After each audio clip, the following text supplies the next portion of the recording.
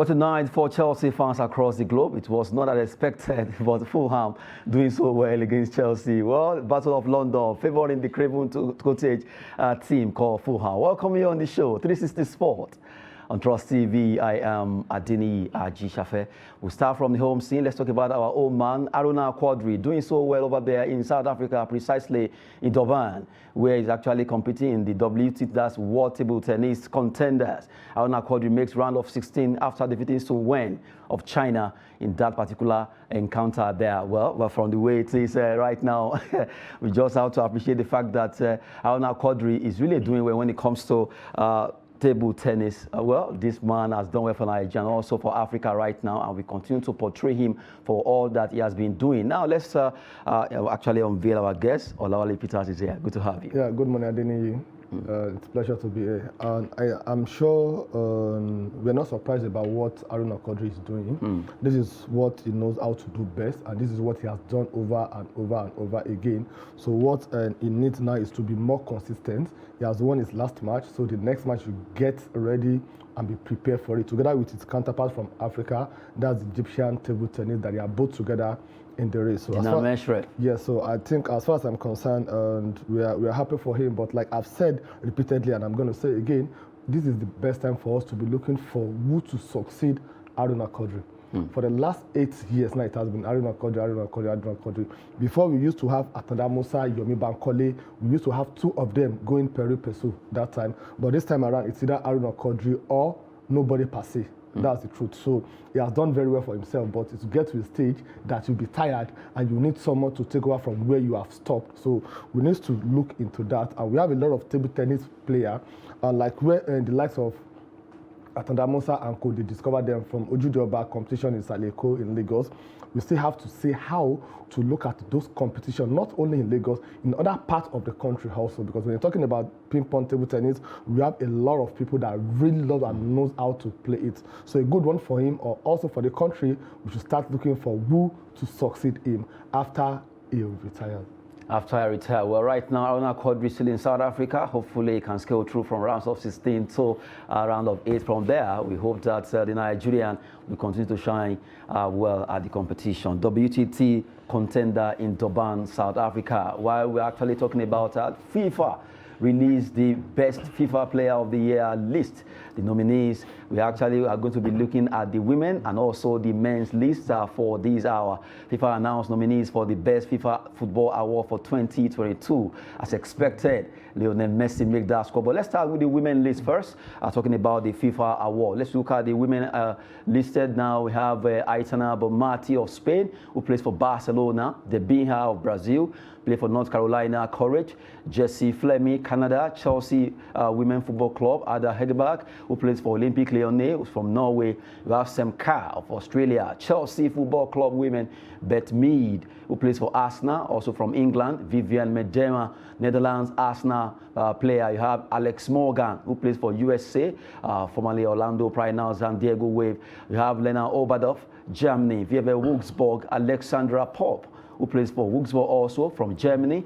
Alexia Putellas plays for Spain, and she's also playing for Barcelona Femenino. Wendy Renard of France. Well, from the way it is, you have Olympique Lyonnais, and then you have Kara Walsh of England, Leah Williamson, who also play for Arsenal FC there. Those are that particular list for women. And let's turn to the men quickly. Let's look at the men. You have Julia Alvarez of Argentina, the man that won the World Cup with Manchester City. He plays for that club.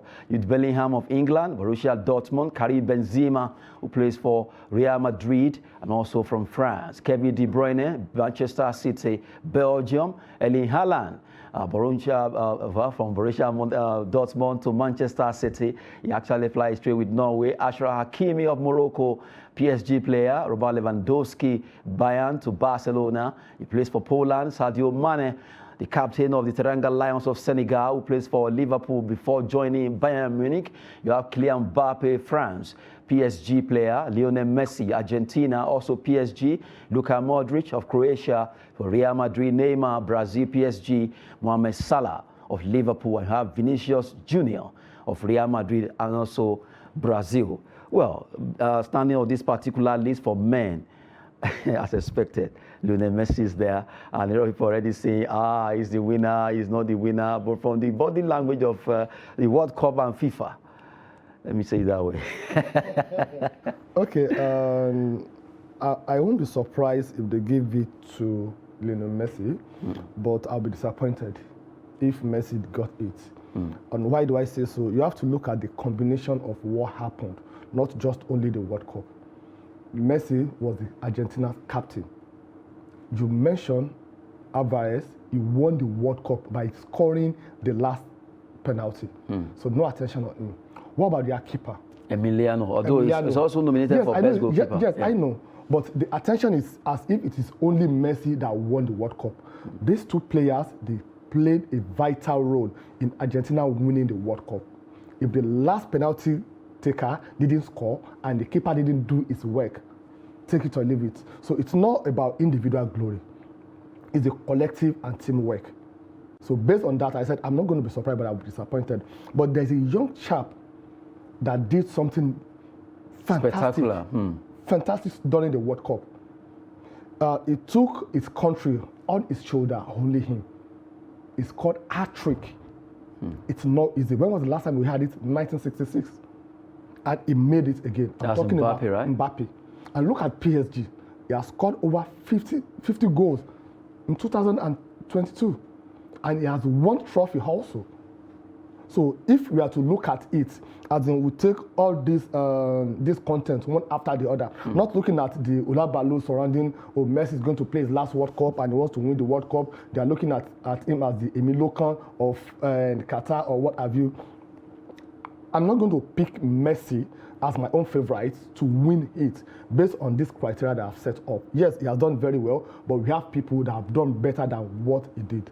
So that's the truth about that. So I'm thinking maybe by February when they are going to trim the list to 3 players. Yes. 3 players, okay. I'm expecting to see the likes of Mbappe, to see the likes of Luka Modric, because that's another fantastic player. 4 years ago in Russia, we saw what he did with his Croatian team. He took them to the final before they lost to France. This time around also, unfortunately, they lost the semi-final, but they played the 3rd place and they came 3rd. So we are talking about an individual player also that did something for his country. Then you look at what he has achieved also with Real Madrid as a club. So both for the country and for the club, he has done something also. So to me, I think the likes of Mbappe, the likes of Luka Modric, then Messi can be the last 3, which I think either Modric or Mbappe will be my choice if I'm to choose. That's the honest truth. You see, the likes of Erling Haaland, I'm sure a lot of people will be like, oh, why are you not mentioning him? Yes, a fantastic player. Well, for club side. For club side.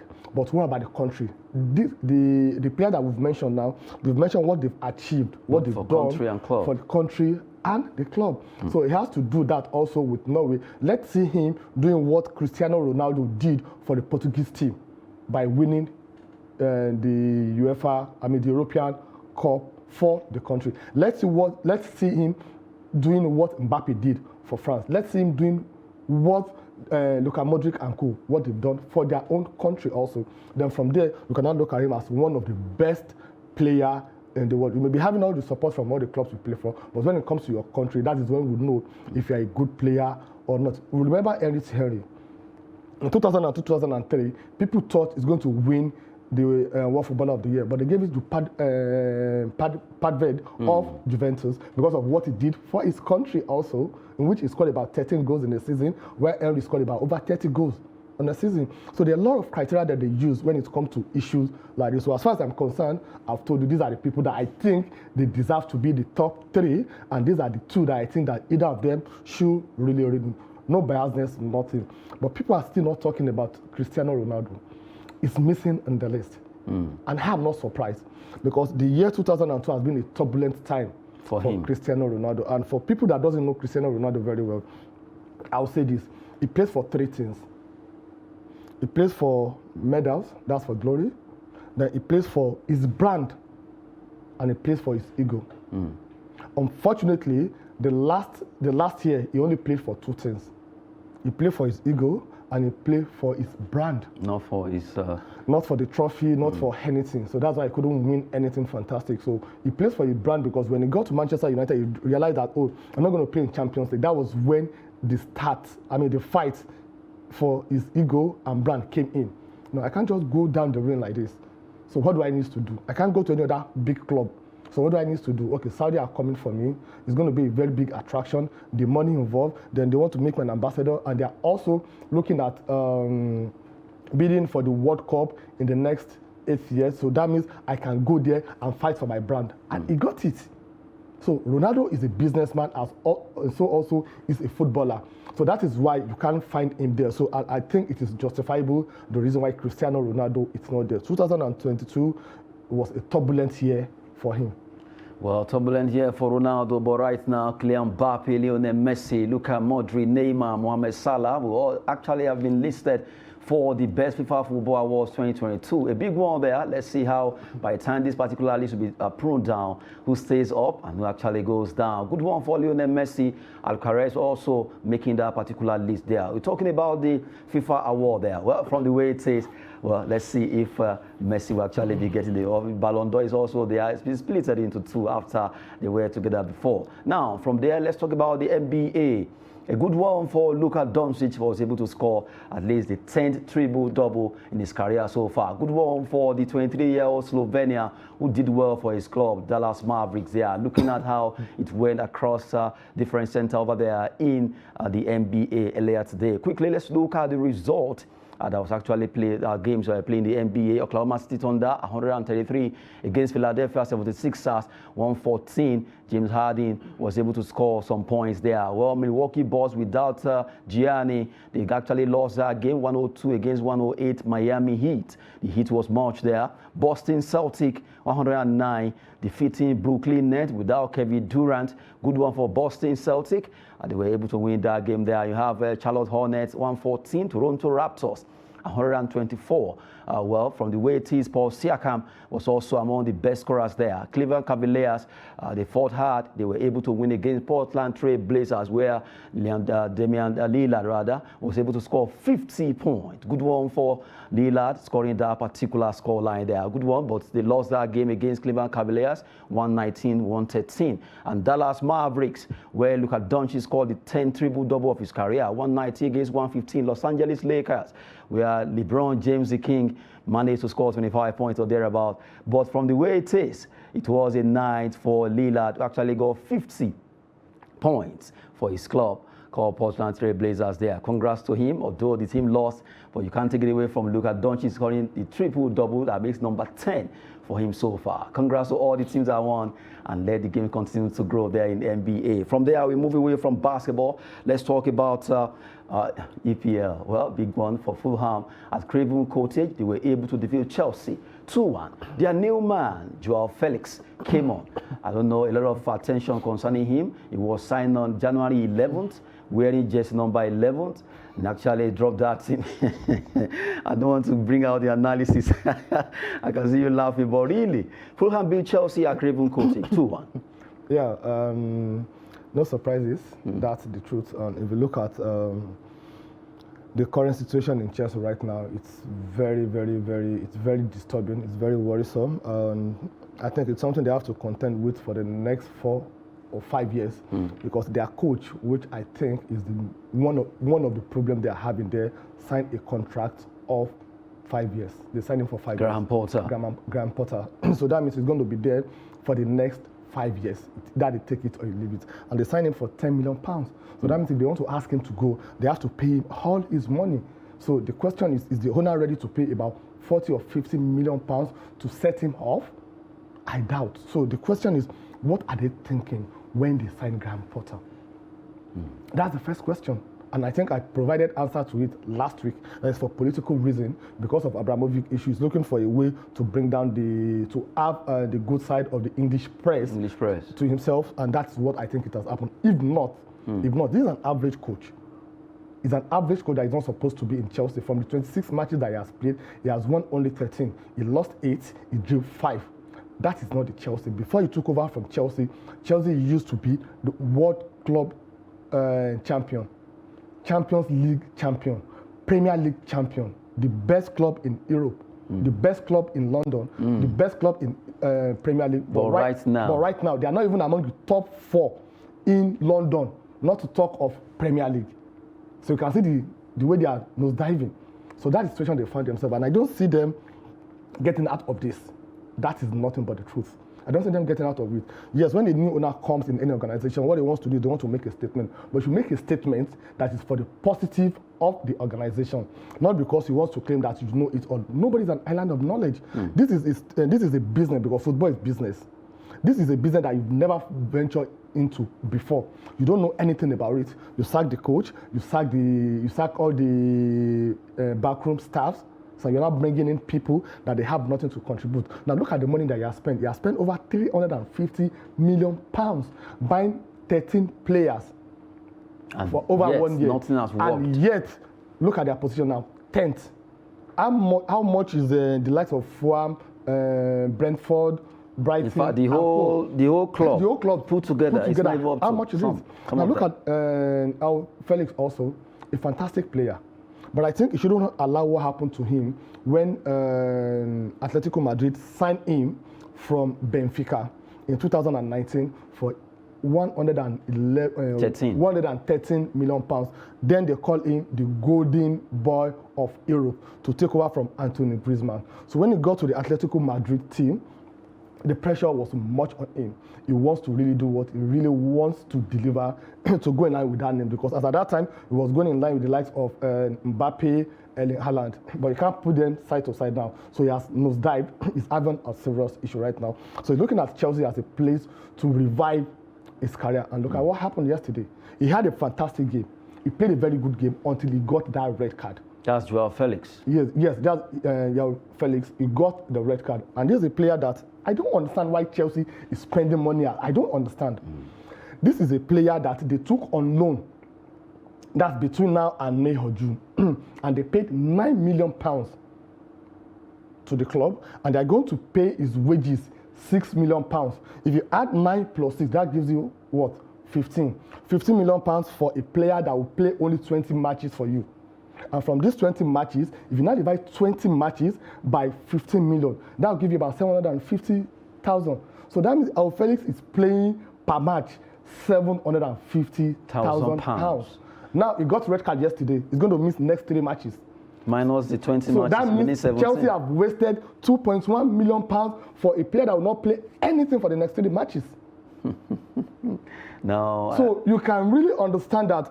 I don't know, maybe they don't have an analysis that is telling them, giving them all this data, or they don't really know what they are really doing. The coach has lost it. The players, they don't have a direction. Nobody's motivating them. Nobody. In fact, they've started calling, and even the new player they just signed now, Abu Felix. That's the prefix of Aubameyang. Chelsea with their impatience every time, anyway. Yeah, really, and they are very, very impatient. That is one thing about Chelsea. When you come to because we are talking about a club that for the past 20 years, they've won 19 trophies. 20 years, 19 trophies. So that means every year they win. They'll get one. They will get one. They'll play in the Champions League. You now get to the station that, okay, if your today is not even good, your tomorrow is even looking very, very worse. That's the way the situation is right now. Top 4, Champions League next season, Chelsea will forget it. And remember, once you are out of that top 4 for a season, it will take you miracle to come back in the next 3-4 years. If I'm lying, ask Arsenal fans. You should have added Arsenal to No. I'm just giving. I don't know what Arsenal has done to be brought into this woeful performance of the Blues. Okay, when was the last time Arsenal played in Champions League? Don't worry, I'll do something. One of these days, I'm getting an Arsenal fan that will come and at least drag me to you. I'm just giving a very good comparison. And let's dwell on Chelsea lack of performance. No, definitely, no doubt about that one. Chelsea right now, they are nowhere to be found.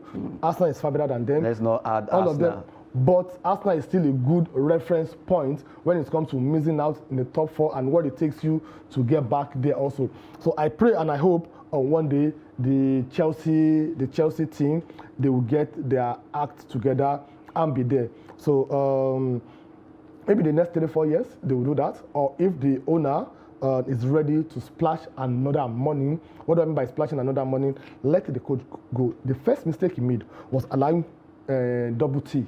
That's Thomas Tuchel to leave. Now, if you're asking him to go, because nobody is indispensable, but there's some people that when you allow them to leave, you will pay for it dearly. At least you should have bring in another coach that is of the same standard or better off than him. And also, another mistake they made, the cost of retaining your best hand is way cheaper than the cost of bringing in a new hand. That is what a lot of people don't understand. If the likes of Antonio Rudiger, Chilwell, Christensen, they are still in Chelsea team up to now in their defense, would they be having the woeful performance that they are having right now? What are the likes of Fofana, Cucurella, and even Koulibaly? Forget the fact that he scored yesterday. What have they brought on board? And how much did they use to recruit them newly to the team? And how much will it cost the team to persuade these people, to motivate them, and add to whatever they are collecting? Rudiger was collecting 200,000 pounds per week, and he's requesting for 400,000 pounds. That's how much in a year? That's about 2.4 million. Is it not far better than what they want to pay Cucurella? Or what they paid Cucurella and what they paid the likes? Chilwell also, they're asking for the same thing. So I think this is a very good example for others to know and realize that, okay, the cost of retaining or motivating your best hand is far cheaper and better than the cost of, because the devil that you know is better than the impending angel. I love the fact that you are bringing this to Chelsea. Really, we've been talking about Chelsea, Fulham. At least defeating them 2-1 there at Craven Cottage, as not as expected anyway, but Fulham show class. And right now, if you look at Chelsea on the table, they're actually standing 10-11, but really, they need to fight hard. If they are to make the top 4, according to what Olawale actually said, it will be a tough task for the Blues right now. They could be turning from blue to yellow, who knows?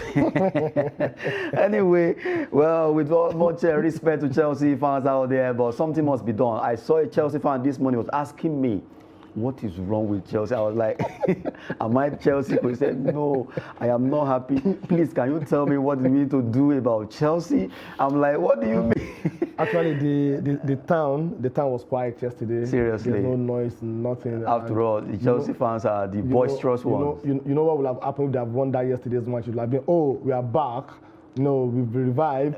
Our Felix is back, this and that. But I like the way it was. The champion of London. The champion of London is back. So it's better the way it is yesterday.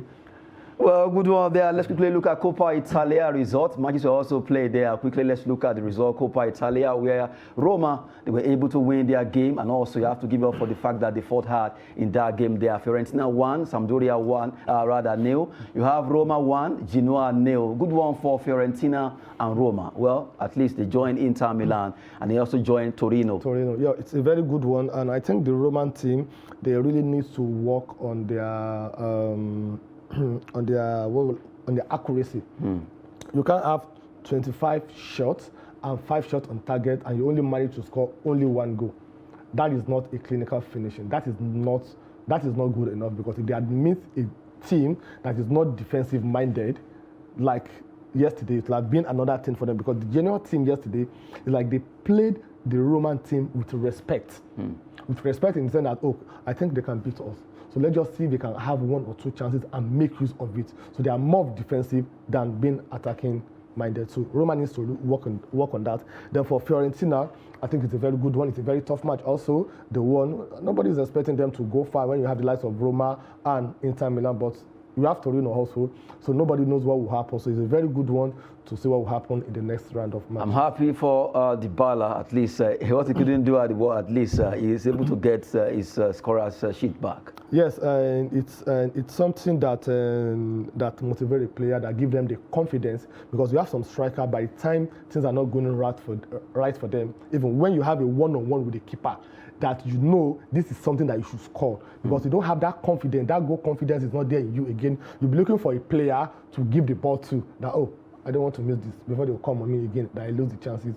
So I think he's getting his confidence back, which is a good thing for him as an individual, and a good one for the club also. A good one for AS Roma, joining Fiorentina, Inter Milan and Torino in the Coppa Italia games that were actually played. Before we go, let's talk about Lionel Messi. Just as Ronaldo moved to Al Nassr over there in Saudi Arabia League, now news have it that Al Hilal of Saudi Arabia are targeting Lionel Messi in a 300 million per year, 245.9 million deal. what a tongue-twisting amount of money. Really tongue-twisting. I can see the way we are trying to. Seriously. What if you now convert this to Naira? No, let's not go there. They will buy the whole Nigeria. So I think the Saudi Arabians, they are not, they really mean business. And you know what it takes for you to have the likes of Messi and Ronaldo in your league when you are bidding for World Cup. Definitely all attention will be on you. And Al Hilal and Al Nas, where Ronaldo is currently, they are more like the Barcelona and Real Madrid of Saudi league is much. So by the time they now they're like, oh, okay, you've done something fantastic by bringing Ronaldo. We know what we'll do. We'll bring Messi. So that means the rivalry between them, we'll see another Clasico in Saudi league. Saudi league. A very good way to promote their league, to promote their bid, and a very good investment, because we all knew what happened to Al Nassr when Ronaldo moved to the club. We saw their followership from 800,000 to over 3 million. 6 million. 6 million. The viewership, 3 billion. More than the viewership we had during the World Cup for an individual. The jerseys, some people are going with their normal clothes, that the jersey is out of stock. Please just print "See Ronaldo" on my clothes. I will take you their jalabia and everything. So that shows what they are bringing on the table. It's business. It's business. Well, from the way it is right now, the rivalry continues. If Al Hilal, where Itgalo actually plays straight, go for Lionel Messi, 300 million euro. What a whooping sum of amount there. Well, that's a good one coming from Loyally Peters. It's a very good one. Thank you very much for coming on the show. I am Adeniyi Ajisafe. Sport is business and fitness. Thanks for watching.